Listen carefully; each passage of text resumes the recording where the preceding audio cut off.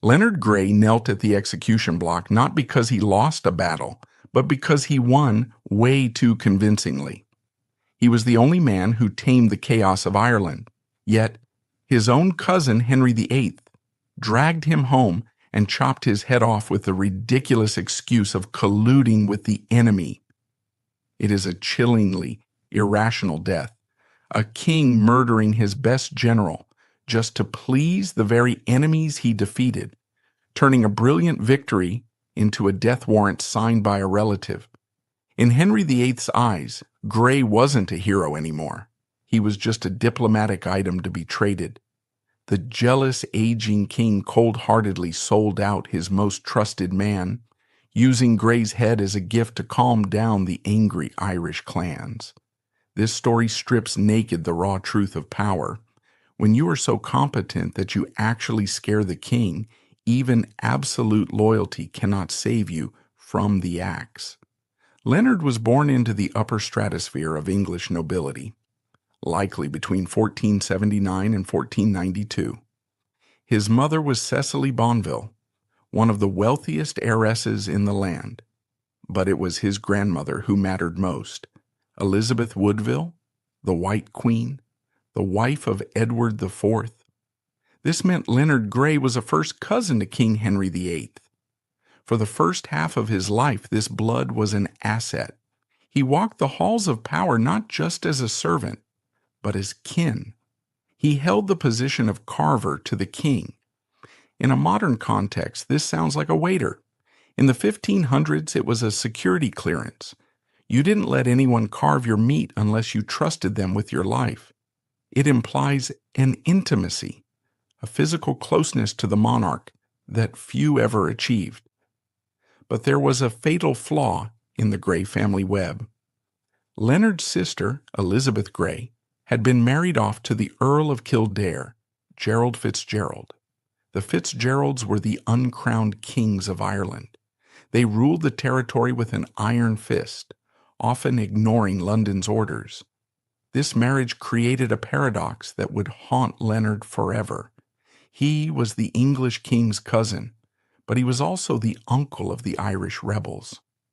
When the Fitzgerald family eventually rose up against England, the man sent to destroy them was their own flesh and blood. Henry VIII loved this kind of twisted loyalty test. He wasn't just sending a general. He was sending a message. He was forcing Gray to choose between his king and his kin. By 1535, Ireland was on fire. The Silken Thomases Rebellion had broken out. Thomas Fitzgerald, Leonard's own nephew, had publicly renounced allegiance to Henry VIII. The English control over Ireland, limited to a small area known as the Pale around Dublin, was collapsing. Previous viceroys had failed. They were too slow, too old, or too scared of the Irish terrain. Henry needed a hammer. He sent Leonard Gray. Gray arrived not as a diplomat, but as a marshal. He looked at the situation and realized that the old ways of medieval siege warfare were useless against the fortified Irish tower houses. He needed to change the game. This is the moment military history in Ireland changed forever. Gray marched on Maynooth Castle, the stronghold of the rebels. It was considered impregnable. The walls were thick, the defenders were well stocked, and they expected a long, drawn-out siege that would end in a negotiated truce. Gray didn't bring ladders. He brought siege guns and heavy artillery. For days he bombarded the castle. The defenders had never seen anything like it. The walls didn't just chip, they shattered. When the breach was made, the English troops stormed in. The garrison, realizing the castle was lost, surrendered. They expected the standard rules of war. You fight, you lose, you surrender, you pay a ransom or pledge loyalty, and you live. Gray had other ideas. He accepted their surrender, gathered the survivors, between 37 and 50 men, and then ordered their immediate execution. They were hanged and beheaded before the smoke had even cleared. This became known as the Maynooth Pardon. It was a dark joke, A terrifying euphemism. It meant surrender and die. Strategically, it was brilliant. It sent a shockwave of terror through the rebellion. Silken Thomas, seeing his impenetrable fortress cracked like an egg and his men slaughtered, lost his nerve. He surrendered a few months later in August 1535. Grey had won. He had done what no one else could do, but in doing so, he had stained his soul. He had proven he could be ruthless, even dishonorable, to serve his king. If Maynooth was a tactical atrocity, what happened next was a descent into pure brutality. Grey wasn't just fighting an army, he was trying to break a culture. In 1536, he turned his sights on Carrigogunnow Castle in the Thomond region. The castle fell. The details of what happened next come from Grey's own reports. He didn't hide it, he boasted about it. He wrote to London that he had taken the castle and put everyone inside to the sword. The chilling part is the specificity. He noted that the dead included women and children. In the 21st century, we read this as a war crime. In the 16th century, Grey framed this as virtuous service. He was trying to prove to Henry VIII, a distant, demanding master, that he wasn't soft. He knew the king suspected him because of his family ties to the rebels. So Grey overcompensated. He became a butcher to prove he wasn't a traitor. He was appointed Lord Deputy of Ireland in 1536. He was now the highest authority in the land. He was created Viscount Grain. He was at the pinnacle of his career. In 1539, at the Battle of Bellahoe, he led a daring night raid against the combined forces of the northern chieftains, O'Neill and O'Donnell. It was a decisive victory that saved the Pale from invasion. He forced the Irish Parliament to pass the Act of Supremacy, making Henry the head of the church in Ireland. He was the perfect servant. He was winning battles, passing laws, and crushing dissent. But in the shark tank of Tudor politics, success doesn't protect you. It just attracts more sharks. Why does a man who wins everything end up losing his head? The answer lies in money and paranoia. Henry VIII wanted Ireland conquered, but he didn't want to pay for it. The English crown was notoriously tight-fisted with the Irish administration. Grey had an army to feed, fortifications to build, and almost zero budget from London. With no coin coming from England, Grey had to resort to an ancient, hated Irish custom called coin and livery. Essentially, this allowed the military to requisition food and lodging from the local population for free. It was extortion. The locals hated it. The nobility of the Pale hated it. But Grey had no choice. If he didn't feed his men, they would mutiny. This was the opening his enemies were waiting for. The Butler family, the Earls of Ormond, were the historic rivals of the Fitzgeralds. They despised Grey because of his connection to their enemies. They began a whispering campaign in London. They told the king that Grey was letting his soldiers run wild. They claimed he was harassing the king's subjects. Henry VIII, in a display of supreme hypocrisy, used this against Grey. The king, who refused to send money, now accused his general of theft for trying to feed the army. Grey was caught in a classic double bind. If he didn't use coin and livery, the army would collapse. If he did use it, he was abusing the king's subjects. By 1540, Henry's mood had shifted. The king was getting old. He was tired of the constant, expensive wars in Ireland. He decided to change tactics. Instead of conquest, he wanted a policy of surrender and regrant, bribing the Irish chieftains to become English subjects. But there was a problem. The Irish chieftains didn't trust England. Why? Because of Leonard Grey. He was the man of the Maynooth pardon. He was the butcher of Carrigogunnow. You cannot send a butcher to shake hands.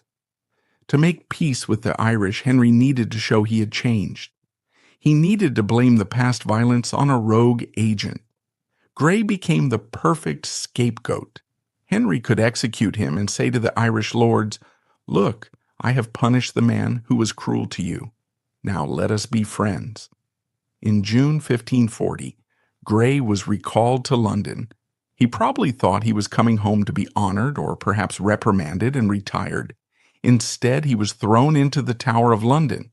The Crown drafted an indictment with over 90 separate counts of treason. When you look at these charges today, they read like a desperate attempt to throw everything at the wall to see what sticks. The most damaging charge involved the young Gerald Fitzgerald. After the rebellion, the 12-year-old heir to the Kildare earldom had gone into hiding. In 1539, the boy was smuggled out of Ireland to France. The prosecution claimed Grey had turned a blind eye, allowing his nephew to escape because of their blood connection. The reality was that the boy was protected by a massive underground network of Irish loyalists. Grey had hunted him relentlessly, but facts didn't matter. The narrative was that Grey put family above king. During a campaign through a swampy region, Grey's horses died, and the mud was waist deep. He was forced to leave some artillery pieces behind to save his men. The charge was that he deliberately armed the rebels by leaving weapons for them. They accused him of falling in fury. Witnesses claimed that during council meetings, Grey would scream, curse, and even rest his hand on his dagger while threatening other officials. Was this true? Probably. Grey was a soldier surrounded by politicians he didn't trust, under immense stress and receiving no support from home. He was likely suffering from what we would now call combat stress, but in court, this was painted as the behavior of a man plotting to seize power. Henry VIII's paranoia filled in the blanks. He began to fear that Grey, with his royal blood and his military control over Ireland, was planning to set himself up as a rival king. The trap was set, but it would not spring immediately. For 3 agonizing years, Leonard Grey would be forced to walk a path where every step forward was a step toward his own grave. As the smoke of Maynooth settled into the soil, a new reality emerged. The battlefield was no longer the primary danger. The true war was moving from the castle walls to the council chamber, where the weapons were not cannons, but whispers.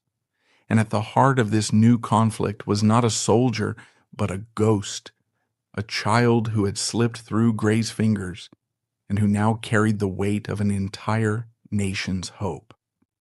In the aftermath of the Maynooth slaughter, the smoke cleared to reveal a landscape that was physically conquered, but politically poisonous. We left Lord Leonard Grey in 1536, standing atop the ruins of the rebellion, newly appointed as the Lord Deputy of Ireland. On paper, he was the master of the island. In reality, he was a prisoner of his own success. The years between 1536 and 1539 are often glossed over in standard textbooks as a period of administrative difficulty. But for those living through it, it was a psychological thriller played out in the mud of the Pale and the gilded chambers of Whitehall. To understand the tragedy of Leonard Grey, we must understand the impossible trap of the Geraldine League. It is here that the personal and the political collided with fatal force. The ghost of the rebellion was not dead. It had merely taken the form of a 12-year-old boy. The execution of Silken Thomas and his 5 uncles had been meant to wipe the house of Kildare from the face of the earth. Henry VIII wanted a blank slate, but there was a survivor. Gerald Fitzgerald, the half-brother of Silken Thomas and the nephew of Leonard Grey, was only 12 years old. He was the heir to the earldom, the last hope of the ancient Fitzgerald dynasty. To the Irish, he was a messianic figure. To Henry VIII, he was a loose thread that needed to be cut. This boy became the center of a game of cat and mouse that spanned the entire island. A vast, invisible network of Irish loyalists formed to protect him. They smuggled him from castle to castle, hiding him in the glens of Wicklow and the wilds of Donegal. This coalition became known as the Geraldine League. And who was the man charged with hunting down this child? It was his own uncle, Leonard Grey. Consider the agony of this position. Every time Grey marched his army to capture the boy, he failed. Was it bad luck? Was it the terrain? Or was it, as his enemies whispered, hesitation? The Butler faction, the Earls of Ormond, watched Grey with hawk-like intensity. Every time Grey just missed capturing the boy, the Butlers sent a letter to London. "The Lord Deputy is soft," they wrote. "He spares the traitor because of the blood they share." Historical evidence suggests Grey was actually trying his best to capture the boy. He campaigned relentlessly. He threatened the chiefs who harbored him, but the optics were damning. In the Tudor court, perception was reality. Grey could not prove a negative. He could not prove that he wasn't letting the boy escape. While the hunt for the boy drained Grey's spirit, the hunt for money drained his authority. This is where the story shifts from a war drama to a bureaucratic tragedy. Henry VIII expected Ireland to pay for itself. He sent Grey almost no money to pay the troops. A standing army in the 16th century was a voracious beast. Without pay, soldiers turned into bandits. They looted the countryside, stole cattle, and alienated the very people Grey was trying to govern. To keep his army from mutiny, Grey was forced to rely on coin and livery. This was an ancient Irish custom, effectively a tax of food and lodging levied directly on the local population by the military. It was despised by the English legal system and hated by the colonial settlers of the Pale. It was illegal, yet it was necessary. The council in Dublin, dominated by the Butler faction and old administrative families, refused to sanction it. They blocked Grey's requests for funds, then criticized him when he used coin and livery to survive. Grey was caught in a classic double bind. If he disbanded the army, the Irish would invade, and he would be executed for incompetence. If he maintained the army using coin and livery, he was breaking the law and could be executed for tyranny. The stress began to fracture his mind. Reports from the Irish Council describe a man on the edge of a breakdown. During meetings, Grey would fly into terrifying rages. He would scream at the Archbishop of Dublin, calling him a pole-shorn knave. He threatened to cut off the heads of councillors who disagreed with him. We must act as empathetic historians here. Was this merely a bad temper? Or was this the behavior of a soldier suffering from chronic combat fatigue, isolated in a hostile country, knowing that the men sitting across the table were writing letters to the king detailing his demise? By 1539, the situation was critical. The Geraldine League had become a military reality. The great northern chieftains, O'Neill and O'Donnell, united their forces, a rare occurrence in Irish history. They marched south, invading the Pale, burning towns and threatening Dublin itself. This was the moment the Butlers had warned of. They claimed Grey's policies had failed. They waited for the collapse. Instead, Leonard Grey reminded everyone why he was the marshal. He rallied the tired, unpaid army. He shamed the local gentry into joining him. He marched north with a speed that caught the Irish Confederation off guard. At Bellahoe, on the border of Monaghan and Meath, the two armies met. It was late in the day, perhaps near dusk. The Irish forces were laden with booty, retreating back to the safety of the north. They were on the far side of a river, confident that the English would not attack across the water at night. Grey did not hesitate. He ordered the attack. The Battle of Bellahoe was a chaotic, brutal affair fought in the fading light and the river mud. The English cavalry and the Dublin militia smashed into the Irish rearguard. The O'Neill and O'Donnell forces broke. It was a rout. Bellahoe was arguably the most significant English victory in Ireland in decades. It shattered the power of the Geraldine League. It saved the Pale from destruction. It proved that English arms could defeat the united might of the Gaelic North. Grey returned to Dublin as a conqueror. He was knighted on the field or knighted others, exercising viceregal power. For a brief moment, he was the hero. But in the twisted logic of Henry VIII's reign, a victory could be as dangerous as a defeat. By crushing the external threat, Grey removed the immediate danger that made him indispensable.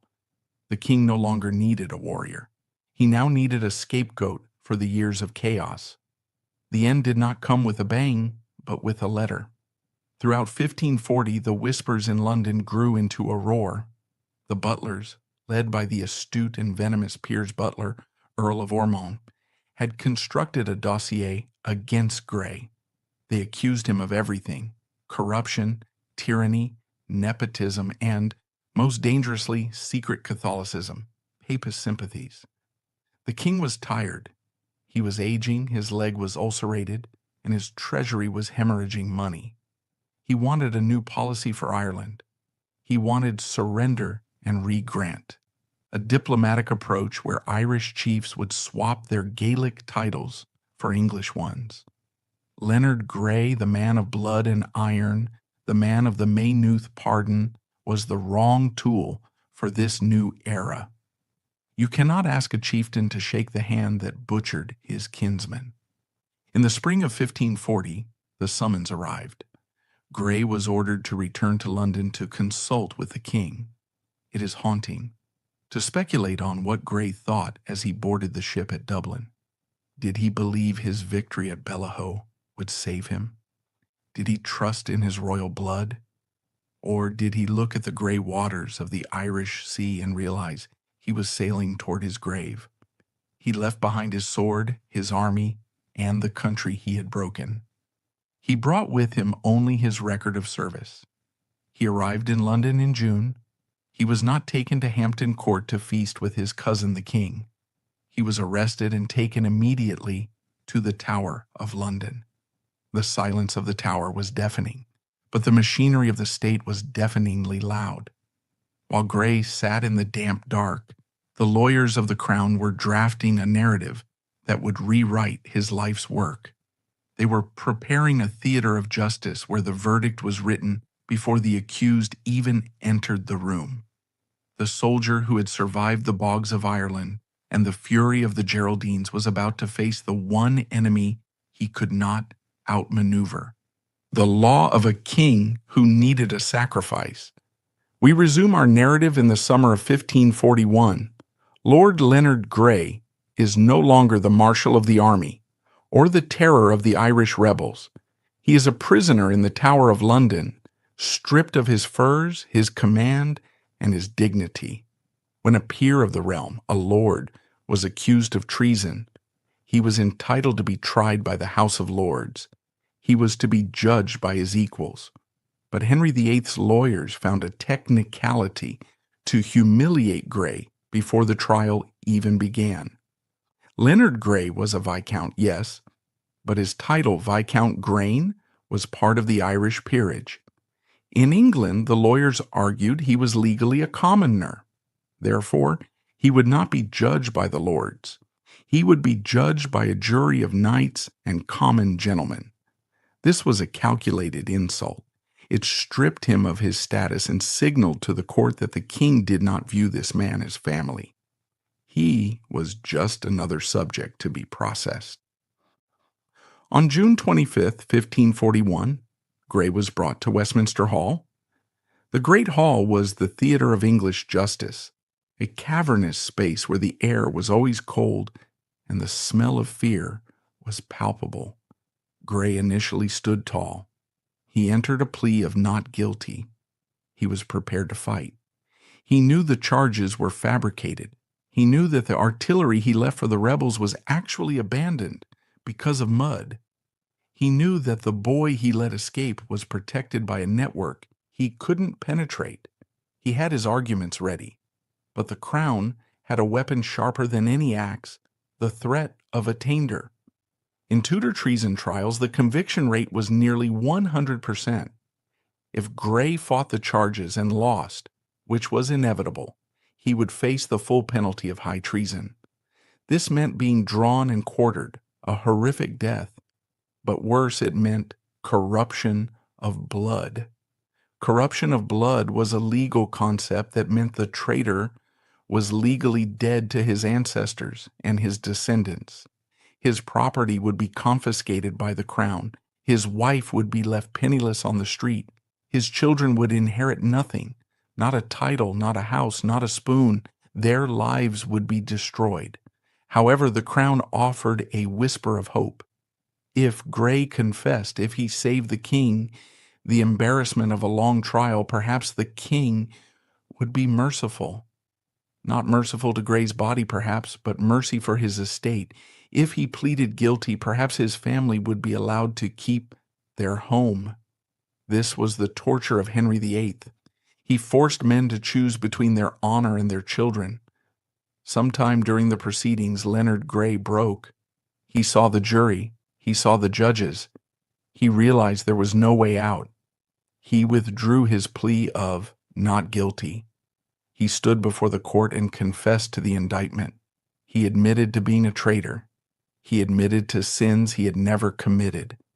He swallowed the lies to save his family from destitution. He was sentenced to death. On July 28, 1541, on Tower Hill, the execution of a high-profile traitor was a public spectacle. But by 1541, the London crowds were suffering from fatigue. They had seen so many heads roll: Thomas More, Anne Boleyn, Thomas Cromwell, the Marquis of Exeter. Leonard Grey walked out of the Tower gates. He was not dragged. He walked. The accounts describe his demeanor as quiet and godly. This is a stark contrast to the man who had screamed at his counselors in Dublin, the man who had ordered the massacre at Maynooth. The fire had gone out. In its place was a resignation, a final acceptance of the rules of the game he had lost. He did not use his final speech to rail against the injustice. To do so would have endangered the deal he made for his family. He likely followed the standard script, asking the king for forgiveness, acknowledging that he deserved to die legally, and asking the crowd to pray for him. He knelt at the block. The executioner did his work. It was a clean death for a man whose life had been messy. His body was carted back into the Tower complex and buried in the chapel of St. Peter at Vincula. He lies there today under the flagstones, mixed with the dust of queens and saints, a cousin who served the king too well. The supreme irony of Leonard Grey's death revealed itself less than a year later. For centuries, English monarchs had held the title Lord of Ireland. It was a feudal title, suggesting that the Pope was the ultimate owner of the island. But Henry VIII had broken with the Pope. He needed a new title to assert his absolute sovereignty. In June 1542, the Irish Parliament passed the Crown of Ireland Act. Henry VIII was proclaimed King of Ireland. This was a monumental constitutional shift. It was the first time there was a Kingdom of Ireland united under the English crown, and Henry could only do this because of Leonard Grey. It was Grey who had smashed the power of the Kildare Rebellion. It was Grey who had terrified the chieftains with his artillery. It was Grey who had marched into the forbidden territories of the West and North, proving that the English arm could reach anywhere. Henry VIII placed the crown of Ireland on his head, standing on a platform built by the cousin he had just beheaded. The king took the credit, the general took the blame. But what of the boy? What of Gerald Fitzgerald, the 12-year-old nephew whose escape had cost Grey his life? The execution of Leonard Grey did not stop the boy. In fact, it removed the only man capable of catching him. With Grey dead and the English administration in chaos, the Geraldine League succeeded. They smuggled young Gerald out of Ireland. He traveled to France, then to the Holy Roman Empire, and finally to Italy, where he was protected by the enemies of Henry VIII. He grew up in exile, educated in the courts of Renaissance Europe, a living symbol of Irish resistance. He outlived Henry VIII. He outlived Henry's son, Edward VI. In 1554, under the reign of Queen Mary I, who was Catholic and sympathetic to the old families, Gerald Fitzgerald returned to England. He was restored to his titles. He became the 11th Earl of Kildare. The House of Kildare rose from the ashes. The dynasty that Leonard Grey was sent to destroy survived. Leonard Grey's tragic arc was complete. He had served as the hammer of the Tudors, crushing the Silken Thomas Rebellion and staining his soul at Maynooth, only to be discarded when the political winds shifted. He had conquered the land for a king who killed him, proving that in Henry's court, success was no shield against paranoia. The axe on Tower Hill had silenced the general, but the chaos of Ireland screamed on.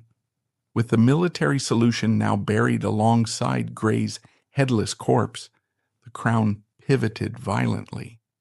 If blood and iron had failed, perhaps ink and parchment would succeed. But as the king's new agents sailed for Dublin, they carried with them a dangerous illusion, the belief that a few signatures could erase centuries of defiance. They were about to learn that peace bought with gold is often more fragile than peace bought with steel. The man sent to replace the butcher Grey was a man named Anthony St. Leger. He was smooth, sophisticated, and cunning. He came to Ireland not to break the chieftains, but to buy them. Anthony St. Leger arrived in Dublin with a clear mandate: do the opposite of Leonard Grey. Where Grey was a soldier who slept in his armor, St. Leger was a courtier who understood the power of a well-placed bribe. He looked at the Irish landscape and realized that the unending wars were bankrupting the crown. The English could not afford to conquer Ireland mile by mile. His solution was genius in its cynicism. He proposed a massive legal fiction. The Gaelic chieftains, the O'Neills, the O'Donnells, the O'Briens, held their lands by ancient tribal right. They were captains of their nations, elected by their clans. St. Leger offered them a deal. Surrender your lands to King Henry. Acknowledge him as your liege lord. In return, he will immediately regrant the lands back to you. But this time, you will hold them not as a tribal chief, but as an English earl. It was a seduction. To a weary Irish warlord, constantly looking over his shoulder for a rival claimant within his own family, an English title offered security. Under English law, your son inherited your land. Under Irish law, your land was up for grabs when you died. St. Leger wasn't using artillery to knock down castle walls. He was using English property law to dismantle the Gaelic social structure from the inside. The climax of this new policy was the Parliament of June 1541, held in Dublin just weeks before Leonard Grey was executed in London. It was a spectacle designed to erase the memory of the Maynooth pardon. For the first time in history, the Old English settlers of the Pale sat alongside the wild Irish chieftains. The Earl of Desmond, a man who had been a rebel for decades, attended. The representatives of the great O'Neill were there. The Speaker of the Commons gave a speech praising Henry VIII. The bill declaring Henry King of Ireland was read aloud. And then a moment of profound symbolism occurred. The bill was read in English, then it was read in Irish. The assembled lords, many of whom did not speak English, cheered. They tossed their caps in the air. The wild Irish and the civilized English embraced. St. Leger wrote to Henry VIII that it was a miracle. But while the champagne, or wine, flowed in Dublin, Leonard Grey sat in his cell in the Tower, awaiting death. He was the scapegoat who made this moment possible. The Irish lords were willing to kneel to Saint Leger only because they were terrified of another Grey. The peace of 1541 was built on a foundation of terror. The chieftains smiled at Saint Leger, but they watched his hands to see if he too held a dagger. If Leonard Grey's downfall was a tragedy, the fall of his enemies, the Butlers, was a mystery novel. The Butlers, the Earls of Ormond, had engineered Grey's destruction. They were the winners. With Grey dead and the Fitzgeralds in exile, the Butlers were the undisputed power brokers of Ireland. Piers Butler and his son James controlled the South. They were rich, connected, and untouchable. But in the Tudor court, being untouchable just makes you a better target. St. Leger, the new Lord Deputy, began to clash with the Butlers. It was the same old song, the Viceroy in Dublin versus the great Anglo-Irish magnates. The Butlers felt St. Leger was too lenient with the new Irish earls. St. Leger felt the Butlers were acting like petty kings, ignoring the crown's laws. The feud became bitter. In 1546, James Butler, the 9th Earl of Ormond, was summoned to London. He went to dine at Ely House in Holborn. It was a diplomatic dinner, attended by his entire retinue. That night after the meal, the Earl and 35 of his servants fell violently ill. 17 of them died, including the Earl of Ormond. It was a massacre by poison. London was scandalized. Who would dare wipe out the most powerful family in Ireland in the middle of London? Rumors swirled. Some pointed to St. Leger. Had the diplomat used arsenic instead of artillery? Others pointed to the survivors of the Geraldine faction. No one was ever charged.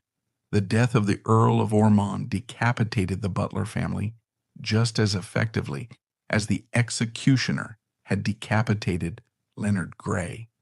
The message was clear. The curse of Ireland was indiscriminate. It killed the soldiers, it killed the rebels, and it killed the loyalists. The O'Neills were indeed rising, but the England they faced was changing. As the great Henry VIII breathed his last, the certainty of the Tudor state died with him. The crown passed to a sickly boy, and the policy of Ireland drifted into a dangerous limbo. The days of diplomatic bribery were ending. A colder, harder philosophy was taking root in London. It was no longer enough to govern the Irish. The new regime began to wonder if it was possible to simply replace them. The era of the general was over. The era of the settler was about to begin. We left the narrative at the death of Henry VIII in 1547. The Colossus was gone, and with him died the terrifying certainty of the Tudor state. What followed was a period often described by historians as the mid-Tudor crisis, a decade of short reigns, religious whiplash, and administrative chaos. Lord Leonard Grey was dead, buried under the flagstones of the Tower. But the questions he had tried to answer with gunpowder remained. How does a small island, England, govern a neighboring island, Ireland, that does not wish to be governed? The failure of Grey's sword and the eventual collapse of St. Leger's treaties left the crown with a stark realization. Neither total war nor total bribery had produced lasting peace. Now, as the mid-century approached, London turned to a third, far more radical option. It was a strategy darker and more permanent than anything Leonard Grey had ever attempted. The goal was no longer to merely kill rebels. It was to erase them from the map entirely.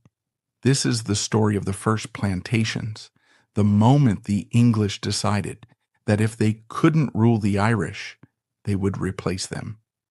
When 9-year-old Edward VI ascended the throne in 1547, the government in London fell into the hands of the Duke of Somerset.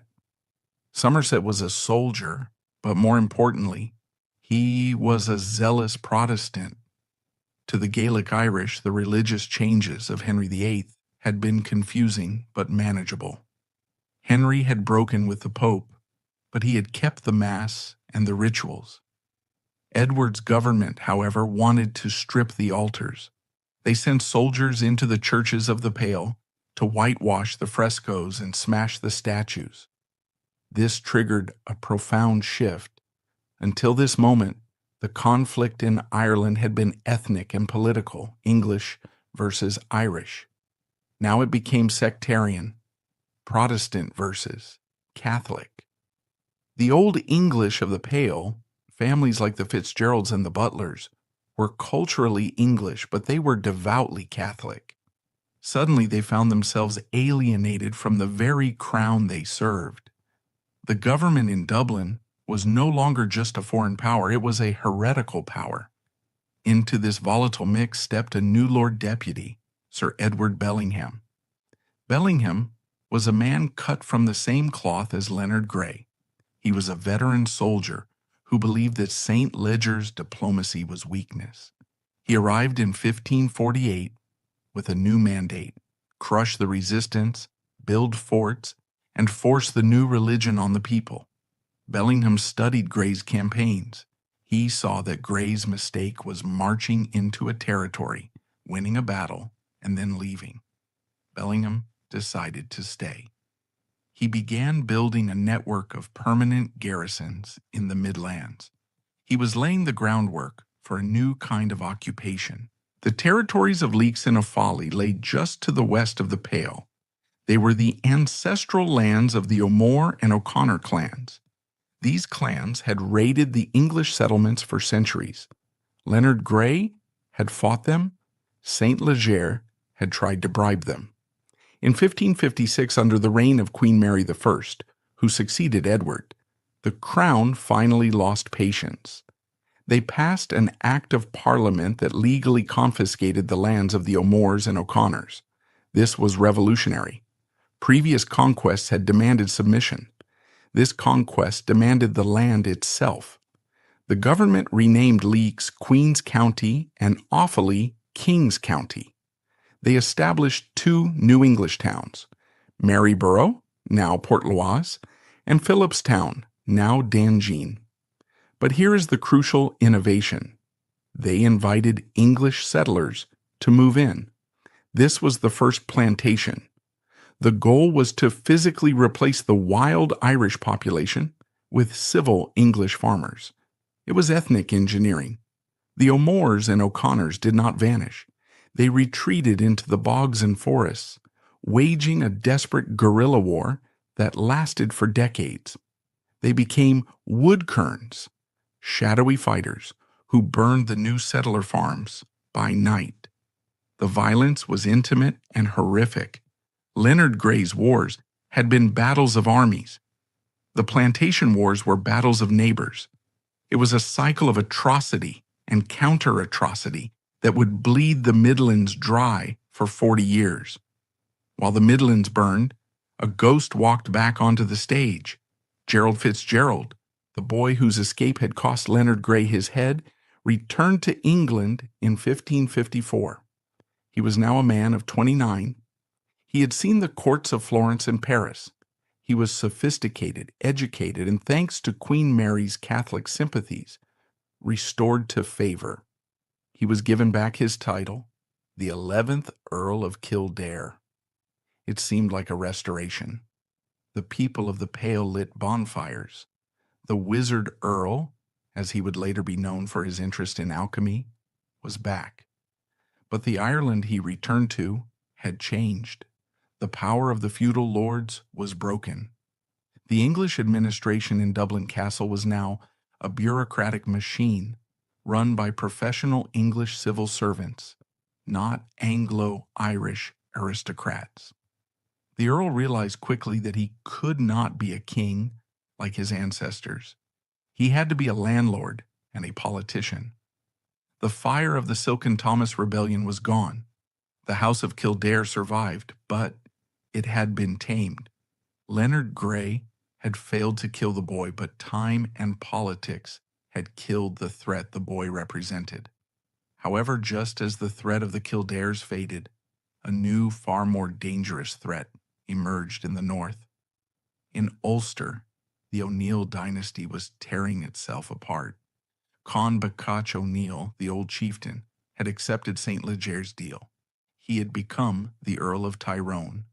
In doing so, he had agreed that his title would pass to his eldest, legitimate son, Matthew. But Irish law did not care about legitimacy in the English sense. It cared about strength. And Con had another son, a younger son named Shane. Shane O'Neill was a force of nature. He was charismatic, violent, and utterly fearless. He looked at his father's English earldom and laughed. He famously declared that he did not care to be an earl, for my ancestors were kings of Ulster. Shane represented the violent rejection of everything Leonard Grey and St. Leger had tried to achieve. He rejected English law. He rejected English dress. He rejected the English crown. He saw his brother Matthew not as a brother, but as an English puppet. In 1558, Shane's men ambushed and killed Matthew. By the rules of Dublin Castle, Shane was a murderer and a usurper. By the rules of Ulster, he was the strongest man, and therefore the rightful king. Shane was inaugurated as the O'Neill in the ancient pagan style on the stone at Tullagoge. He threw down the gauntlet to the new queen, who ascended the English throne in 1558, Elizabeth I. The conflict between Elizabeth I and Shane O'Neill is one of the great dramas of history.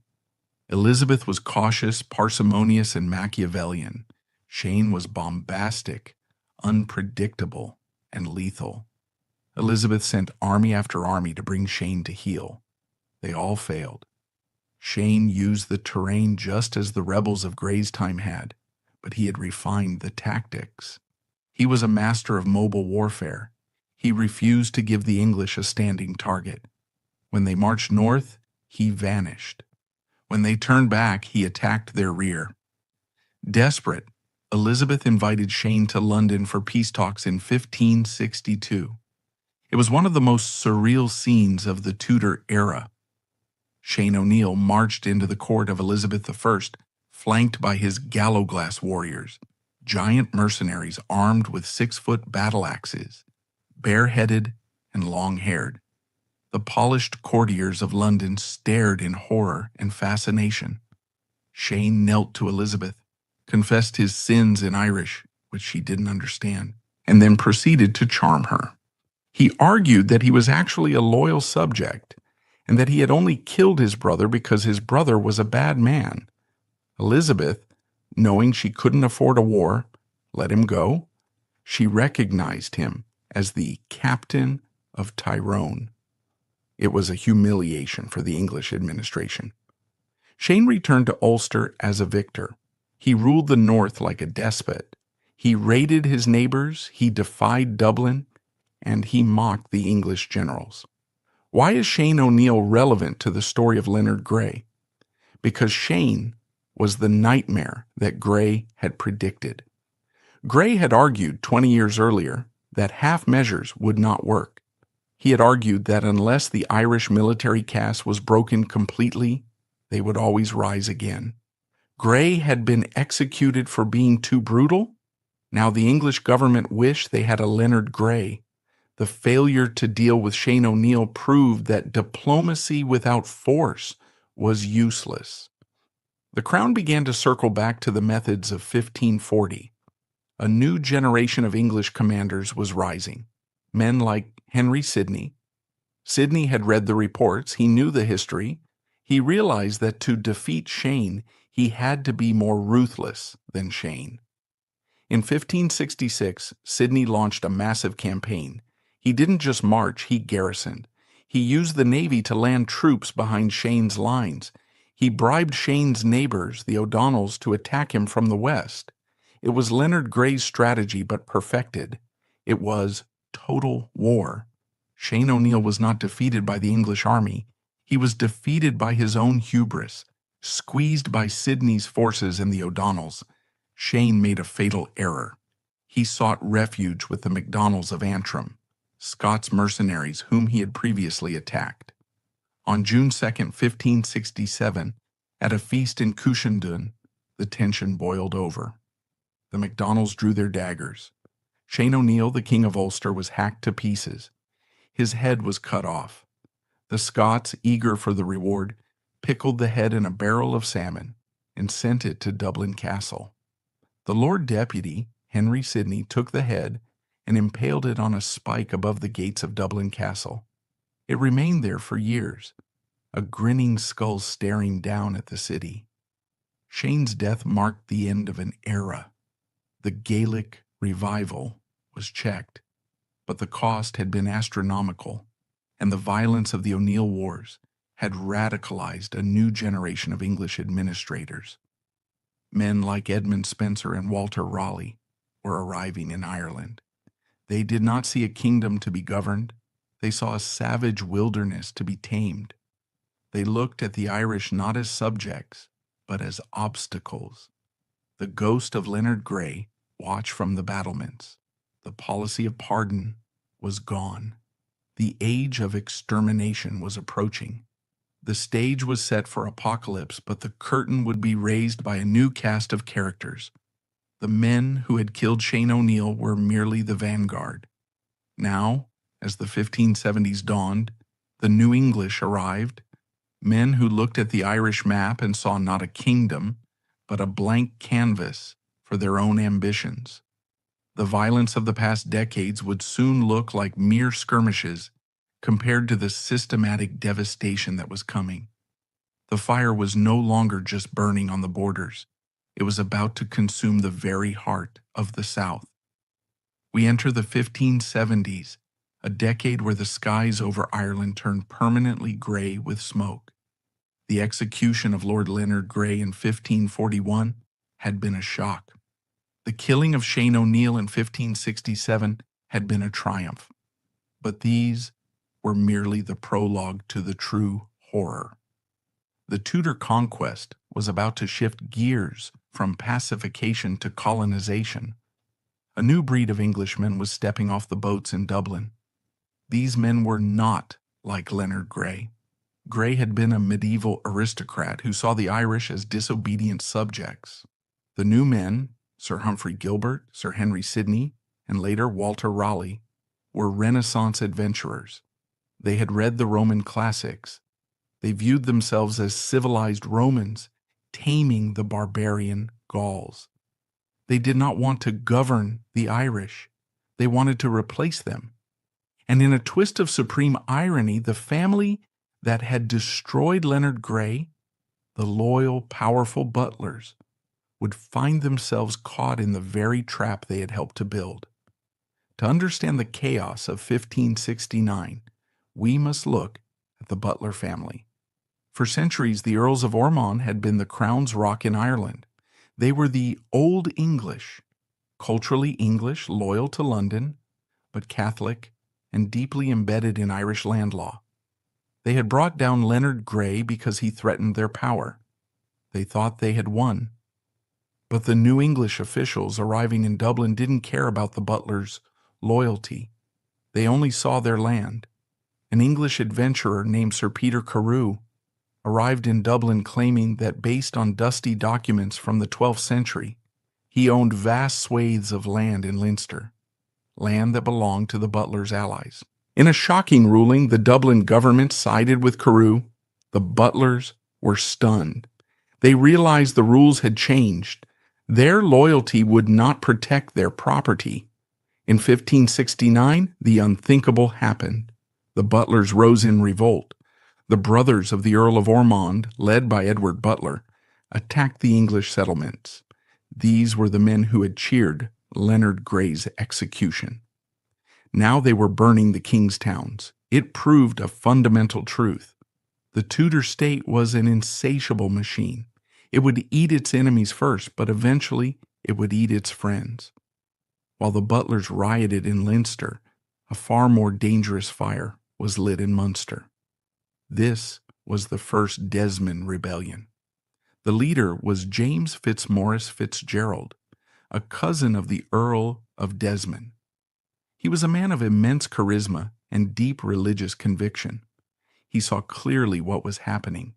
The English were not just taking land, they were destroying the Catholic faith. Fitzmaurice did something new. He didn't just call on his clan, he called on the Pope and the King of Spain. He turned an Irish land dispute into a European holy war. The Crown's response was immediate and terrifying. They sent Sir Humphrey Gilbert to Munster. If Leonard Grey was a hammer, Humphrey Gilbert was a guillotine. Gilbert believed that the Irish were not entitled to the laws of war. He wrote, "Through terror, the short war is the best war." Gilbert's tactics were psychologically scarring. When he captured a castle, he killed everyone, but he didn't stop there. At the end of the day, he would order the heads of the dead to be cut off. He would then line the path to his tent with these severed heads. When the Irish chieftains came to surrender or negotiate, they had to walk through a corridor of their dead kinsmen's heads to reach Gilbert. It worked. The terror broke the rebellion. James Fitzmaurice surrendered in 1573, but the cost was the total alienation of the population. The New English had proven they were capable of atrocities that made the Maynooth pardon look like a misdemeanor. History has a strange sense of rhythm. Just as the wounds of the 1570s were beginning to scab over, the name Grey returned to haunt Ireland. In 1580, the Second Desmond Rebellion was raging. This time, the stakes were existential. A papal force, Italian and Spanish soldiers sent by the Vatican, had landed at Smerwick in Kerry. They built a fort called Dún an Oyer, the Fort of Gold. To face this international threat, Queen Elizabeth sent a new Lord Deputy, Arthur Grey, the 14th Baron Grey, to Wilton. He was not Leonard Grey's son, but he was a distant relative, carrying the same ancient name and the same hard-edged Protestant military ethos. He arrived with a secretary named Edmund Spencer, who would later write The Faerie Queene, and a young captain named Walter Raleigh. Lord Arthur Grey marched to Smerwick in November 1580. The situation was eerily similar to Maynooth in 1535. A foreign garrison was holding a fort against a Grey. The siege of Smerwick lasted only a few days. The English artillery, just like at Maynooth, pounded the walls.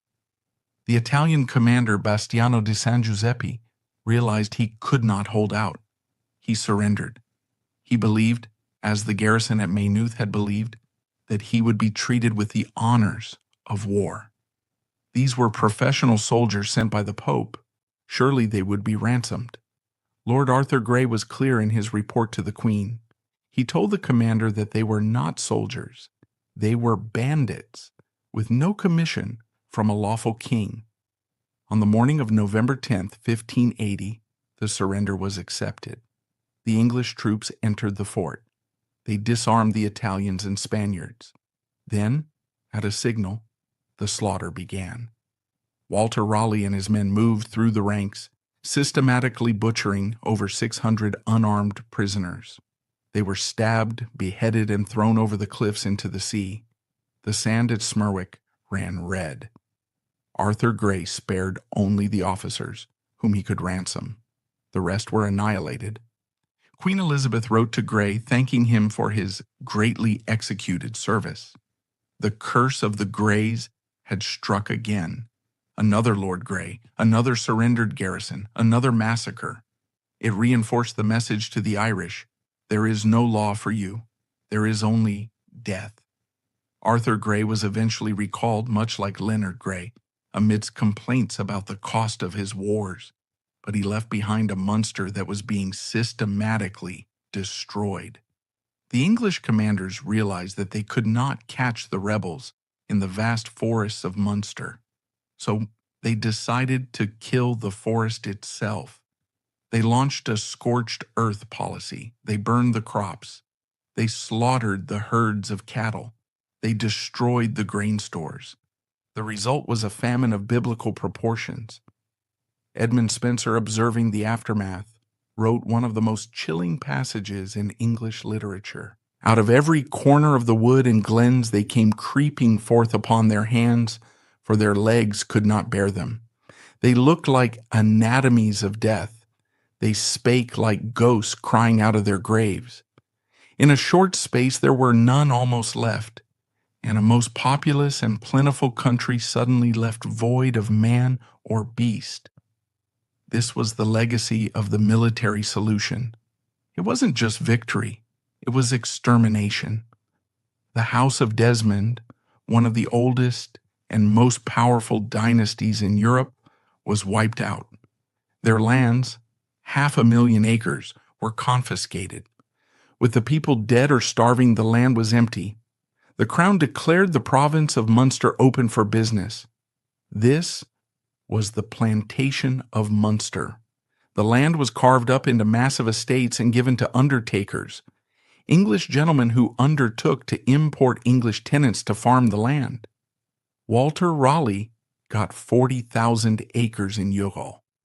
Edmund Spenser got 3,000 acres at Kilcolman Castle, where he wrote his poetry on the desk of a dead Irish lord. It was a massive attempt to turn Ireland into a mirror of southern England. They planned for orderly villages, Protestant churches, and cider orchards, but they were building on a graveyard. The surviving Irish retreated into the hills, watching the new settlers with eyes burning with hunger and hatred. They were waiting. The South lay in ruins, a graveyard of famine and fire. To the English eye, the conquest looked complete, but silence is not always submission. In the deep woods of the north, the lesson of the Desmonds had been learned. Hugh O'Neill had watched the tragedy of the South and decided that he would not be a victim. He would be a student. While Dublin celebrated its victory, the Fox of Ulster was quietly building a machine of war that would bring the Tudor state to the very brink of collapse. The final act was not a mop-up operation, it was a fight for survival. As the 16th century entered its final decade, the Tudor conquest of Ireland seemed complete. The South was broken, the Midlands were planted, and the West was cowed. In Dublin Castle, the administrators breathed a sigh of relief. They believed the Irish question had finally been answered with fire and sword, but they had forgotten the North. Ulster remained the last bastion of the Gaelic world, a fortress of forests, lakes, and ancient laws that had repelled English armies for centuries. And in the heart of Ulster sat a man who was the most dangerous enemy the English crown would ever face. He was not a wild rebel like Shane O'Neill. He was a polished courtier who wore English velvet, spoke perfect English, and knew the mind of Queen Elizabeth better than her own generals. His name was Hugh O'Neill, and he was about to prove that the ghost of Leonard Grey, the fear of a competent, modernized enemy, was real. Hugh O'Neill, the second Earl of Tyrone, was a paradox. As a boy, he had been a ward of the crown, raised in the English Pale, and educated in the households of English nobles. He had fought for the Queen against the Desmond rebels. He had ridden alongside the English cavalry. To the government in London, he was their greatest success story, a civilized Gael, a man they could trust to police the North. But Hugh was playing a long game. He was a master of holding and hiding. For years, while professing loyalty to the Queen, he was secretly building a modern army. He exploited a loophole in the law. He asked the crown for permission to train 600 men to keep the peace in Ulster. The crown agreed. Hugh trained them, then sent them home and recruited 600 more. Then another 600. Over a decade, he rotated thousands of Ulster clansmen through professional military training. He imported lead for roofing his castle and melted it down into bullets. He bought muskets from Scotland. He didn't build a rabble. He built a disciplined, gunpowder-armed fighting force that could match the English in the open field. He was the Fox of Ulster, smiling at the sheriff while sharpening the knife. The peace broke in 1594. It wasn't a sudden explosion, but a calculated escalation. Hugh O'Neill formed an unprecedented alliance. He united with his historic rival, Red Hugh O'Donnell of Tyrconnell. The O'Neills and O'Donnells had fought each other for centuries, but Hugh realized that if they didn't stand together, they would hang separately.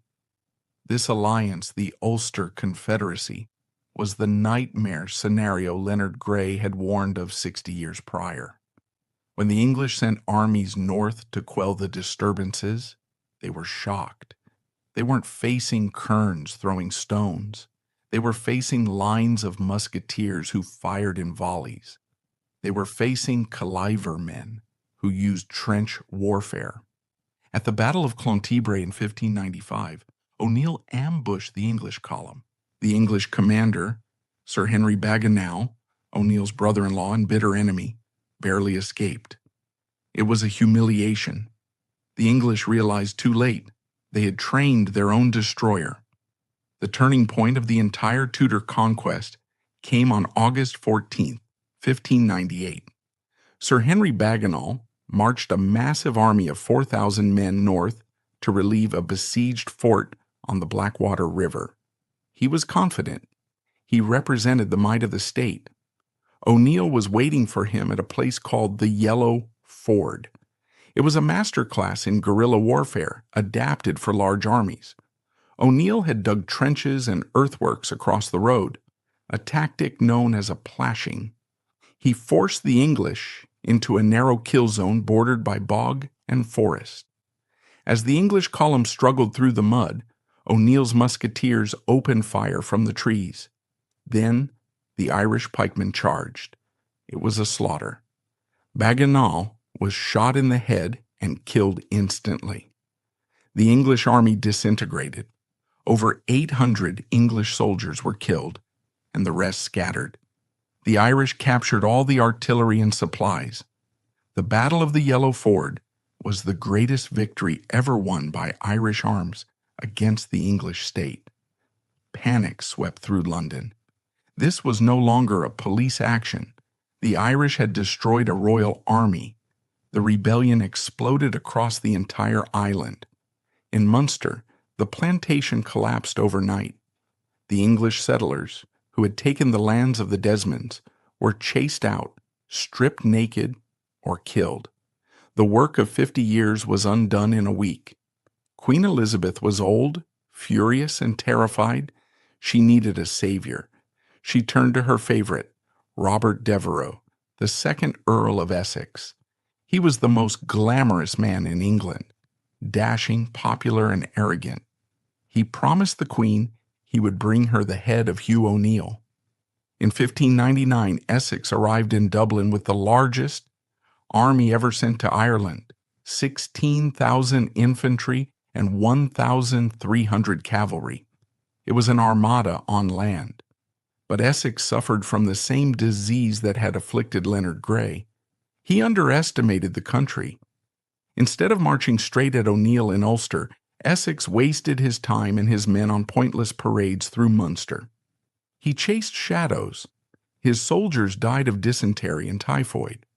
By the time he turned north to face O'Neill, his grand army was a shivering wreck. When Essex finally met O'Neill, he didn't fight. He parleyed. The two men met alone at a ford in the river. No one knows exactly what was said, but they agreed to a truce. Elizabeth was apoplectic. She had paid for a conquest, not a conversation. Essex, realizing he had lost the Queen's favor, panicked.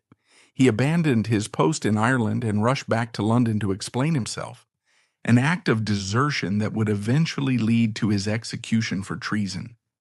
The parallels with Leonard Grey are haunting. Both men were favorites. Both were sent to crush a rebellion. Both found the task impossible, and both died by the axe after failing to satisfy a demanding monarch.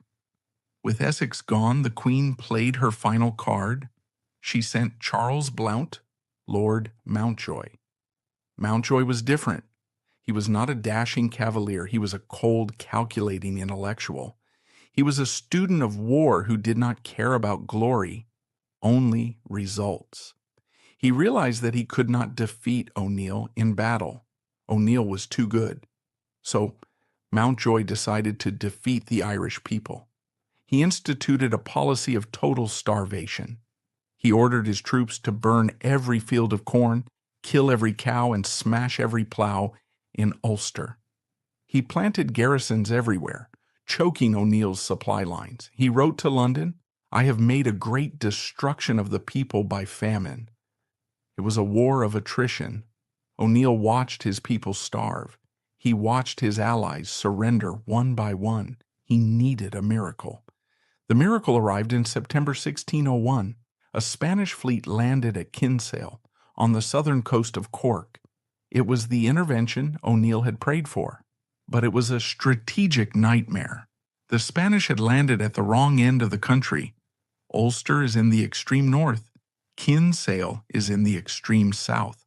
To join his allies, O'Neill and Red Hugh O'Donnell had to march their armies the entire length of Ireland in the depths of winter through enemy territory. It was a legendary march. They evaded Mountjoy's patrols, covering hundreds of miles over frozen mountains. They arrived at Kinsale in December 1601, trapping Mountjoy's army between the Irish forces and the Spanish inside the town. The English were surrounded. They were starving and dying of disease. All O'Neill had to do was wait. If he held his position, Mountjoy's army would rot away. But the Spanish commander pressed O'Neill to attack. Red Hugh O'Donnell, impetuous and fiery, agreed. O'Neill, the cautious tactician, advised against it, but was overruled. On the morning of Christmas Eve 1601, the Irish launched a dawn attack. It was a catastrophe. The coordination was poor. The surprise was lost. Mountjoy's cavalry caught the Irish infantry in the open. The modernized Irish army, which had never been defeated, panicked and broke. In 1 hour, the war was lost. The Battle of Kinsale was the death knell of Gaelic Ireland. The aftermath was a slow, painful funeral. Red Hugh O'Donnell fled to Spain to beg for more troops, where he was likely poisoned by an English agent.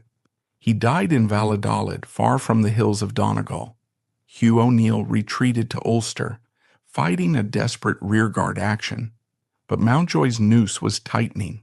The famine was absolute. The chronicles say the roads were lined with the unburied dead, their mouths green from eating nettles and grass. In March 1603, O'Neill surrendered. He met Mountjoy at Mellifont Abbey. The great O'Neill, the descendant of high kings, knelt before the English Lord Deputy. He renounced his title of the O'Neill. He swore loyalty to the crown. But there was a final bitter twist. As O'Neill knelt, Mountjoy had a secret in his pocket. Queen Elizabeth I had died in London 6 days earlier. Had O'Neill held out for just one more week, the English government might have collapsed in the transition of power. He might have secured better terms. Mountjoy kept the news secret until the ink on the treaty was dry. O'Neill surrendered to a corpse. The war was over, but the peace was unbearable. The English officials in Dublin harassed O'Neill constantly, using the law to chip away at his lands and his religion. They wanted him dead or gone. In September 1607, Hugh O'Neill made a fateful decision. He realized there was no place for him in the New Ireland. On a gray morning in Rathmullen, Donegal, O'Neill, and the remnants of the northern nobility boarded a French ship. They sailed for the continent, hoping to return with an army. They never did. This event is known as the Flight of the Earls. It was the final decapitation of the Gaelic order. The chiefs left, and they left their people behind. The English crown declared their lands, vast millions of acres in Ulster, forfeit. This paved the way for the plantation of Ulster, the mass immigration of Scottish Presbyterians and English Protestants that would create the sectarian divide that defines Northern Ireland to this day. The story that began with Leonard Grey marching on Maynooth in 1535 ends with Hugh O'Neill sailing away in 1607. It was a century of fire. The Tudor conquest transformed Ireland from a patchwork of feudal lordships into a centralized English colony. But the cost was incalculable. It was paid in the blood of the Geraldines, the starvation of Munster, the slaughter of Smerwick, and the exile of the O'Neills.